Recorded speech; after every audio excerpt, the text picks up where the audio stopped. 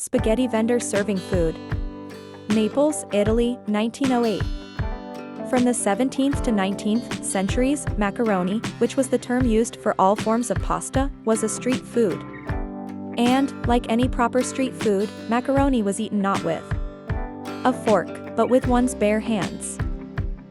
Steve Wozniak's Apple I, 1976. Vintage computer ads that show how far we've progressed. An office from the 1970s.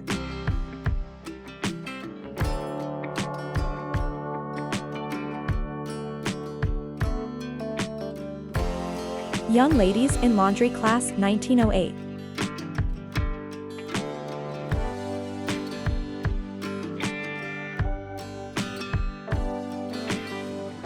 Irish woman in traditional dress, 1913.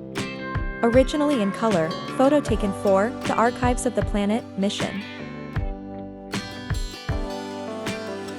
Worker using a ICOG slide to descend Mount Washington, New Hampshire, Bretton Woods. 1900s. Mrs. Willis Cooper baking and canning in the kitchen of her farmhouse near Radcliffe, Iowa. Photo by Jim Hansen for Life, September 9, 1957. Portrait of two girls washing clothes in the street of London, 1900s.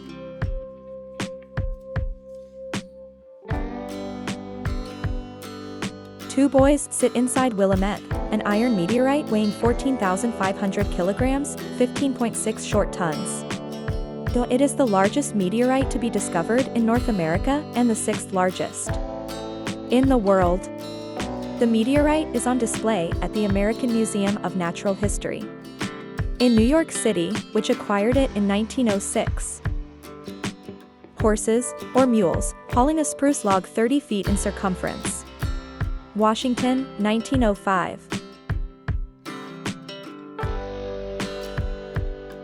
Drinking and playing cards were the typical pastimes in the Old West saloons, such as this one in Southern California, 1890 to 1900.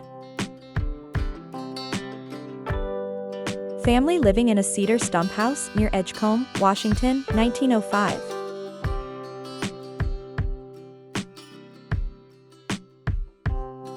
Sitting on their 1947 Chevrolet at dinner, and 63 years later.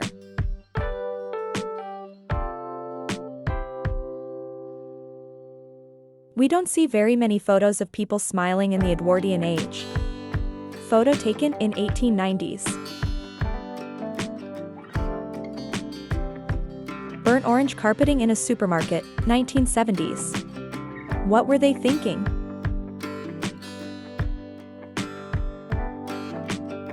The Beatles' rooftop concert in London, 1969.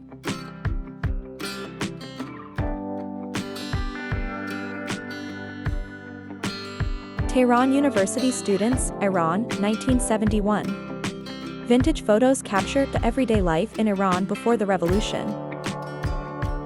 A Douglas Aircraft Company worker rivets an A-20 bomber at the plant in Long Beach, California.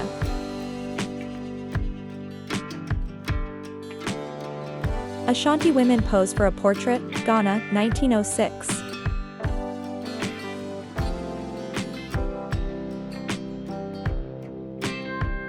Rolleiflex camera factory workers, 1949, Germany. Photo by Walter Sanders.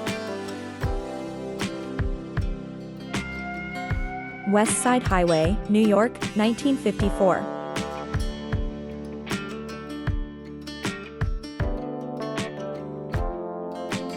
Gwendolyn Elizabeth Brooks was born on June 7, 1917.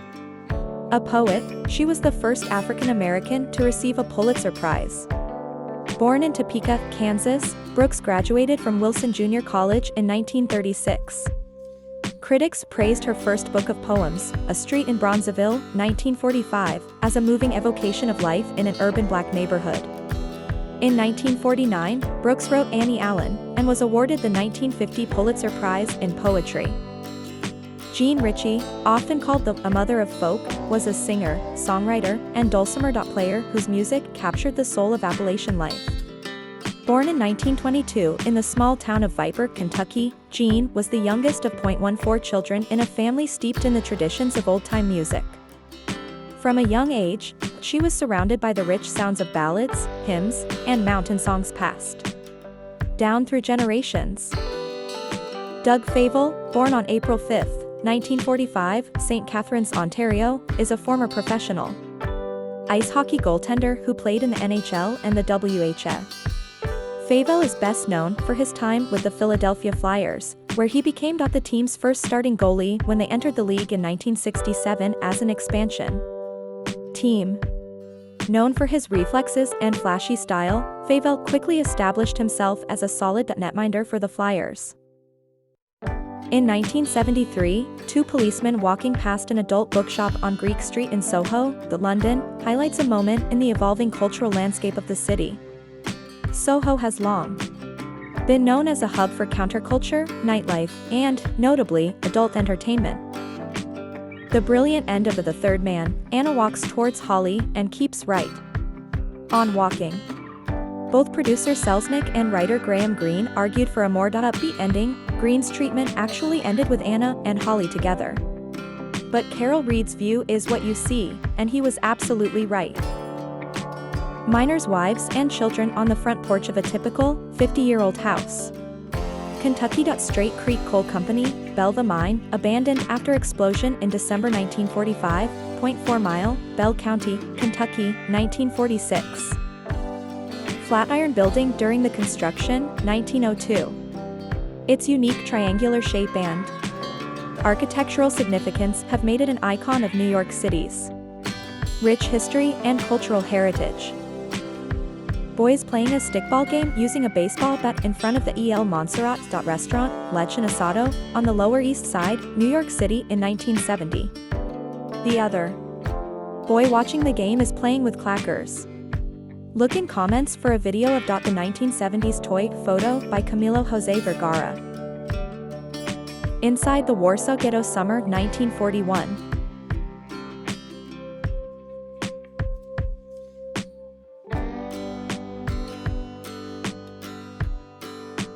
A Glasgow slum in 1868.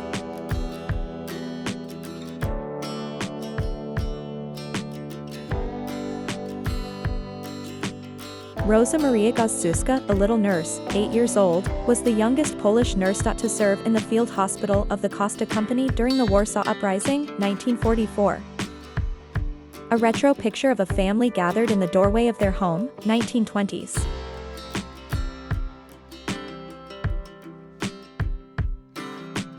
A pottery workshop in Poland in the interwar period.